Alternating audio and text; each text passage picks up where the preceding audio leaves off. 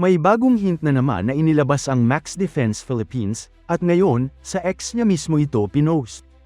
Simple lang ang caption, HMMM, pero huwag tayong magpaloko, kapag ganito ka-minimal ang caption, kadalasan mas malalim ang ibig sabihin. Kasama ng post ang isang larawan ng isang launcher system. Sa unang tingin, parang generic lang. Pero kapag sinuri mo ng mabuti, hindi ito ordinaryong setup. Dahil base sa mas accurate na analysis, ang nasa larawan ay isang Korean Vertical Launching System o KVLS na may quad-packed K-SAM missiles. At kung tama ang basa natin dito, maaaring ito na ang isa sa pinaka-importanteng upgrade na paparating sa Philippine Navy.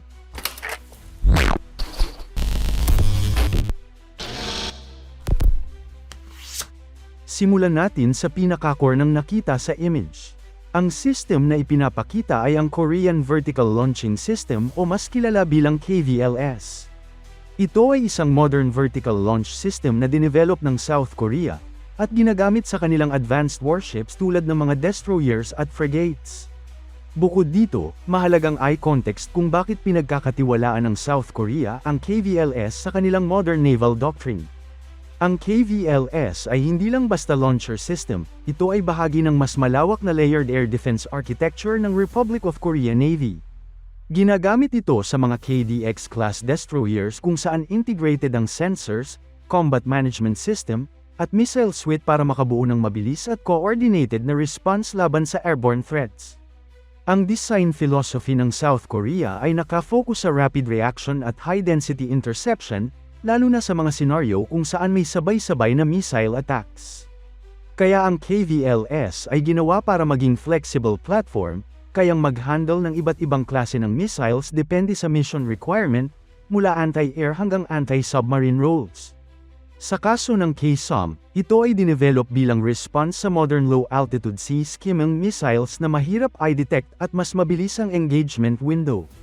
Kaya ang pairing ng KVLS at K-SAM ay nagbibigay ng mas shortened reaction cycle, mula detection, tracking, hanggang launch decision, na critical sa naval survivability sa modern combat environment. Pero hindi lang KVLS ang highlight dito. Ang mas malaking detail, quad-packed ang missiles sa loob ng launcher. At ang missiles na ito ay ang K-SAM o Korean Surface-to-Air Anti-Air Missile. Ano ibig sabihin ng quad-packed? Sa traditional VLS setup, isang missile lang ang laman ng bawat cell. Pero sa quad-packing, 4 na missile ang kasya sa isang cell. So kung halimbawa may 16 cells ang barko, imbes na 16 na missiles lang, pwede itong maging 64 na missiles agad.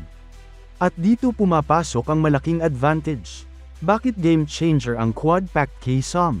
Sa modern naval warfare, ang pinakamalaking banta ay hindi na barko o submarino, kundi ang anti-ship missiles na kayang umatake ng sabay-sabay.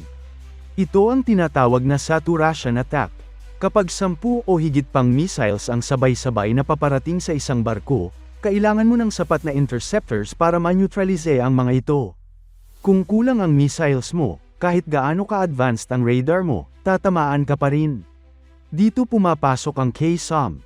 Ang K-SAM ay dinisenyo bilang short to medium range naval air defense missile. Hindi ito pang long-range area defense tulad ng SM-2, pero sobrang effective nito bilang point defense at layered defense system. At dahil quad-packed ito, nagiging high-density missile defense solution siya. Ibig sabihin, mas maraming missiles ang pwede mong i-fire. Mas kaya mong i-handle ang multiple incoming threats. Mas tumataas ang survivability ng barko. Sa madaling salita, ito ang tipo ng system na kailangan ng isang Navy na gustong maging seryoso sa modern warfare. Sa mas malawak na perspective, kung titingnan natin ang direction ng Philippine Navy modernization, ang ganitong klase ng system ay hindi lang tungkol sa firepower, kundi sa pagbabago ng doctrine. Kapag may vertical launching system na quad-packed missiles, nagiging multi-layered ang defense posture ng barko, meaning hindi lang siya reactive kundi capable na rin mag-handle ng sustained engagements. Importante rin ang interoperability factor. Ang Malvar-class frigates ay expected na may mas advanced combat management system kumpara sa Jose Rizal class, kaya mas compatible sila sa modular missile integration tulad ng KVLS. Ibig sabihin, hindi lang hardware ang usapan dito, kundi pati software, data fusion, at sensor-to-shooter integration. Kung ito man ay itutuloy ng Philippine Navy, magiging malaking shift ito mula sa traditional patrol-focused capability patungo sa true blue water combat readiness. Ibig sabihin, mas kaya nang mag-operate sa contested environments kung saan mataas ang banta ng coordinated missile attacks, drones, at aircraft.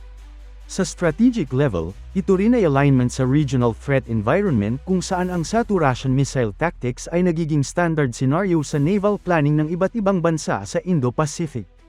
Ngayon, linawin natin yung less likely part.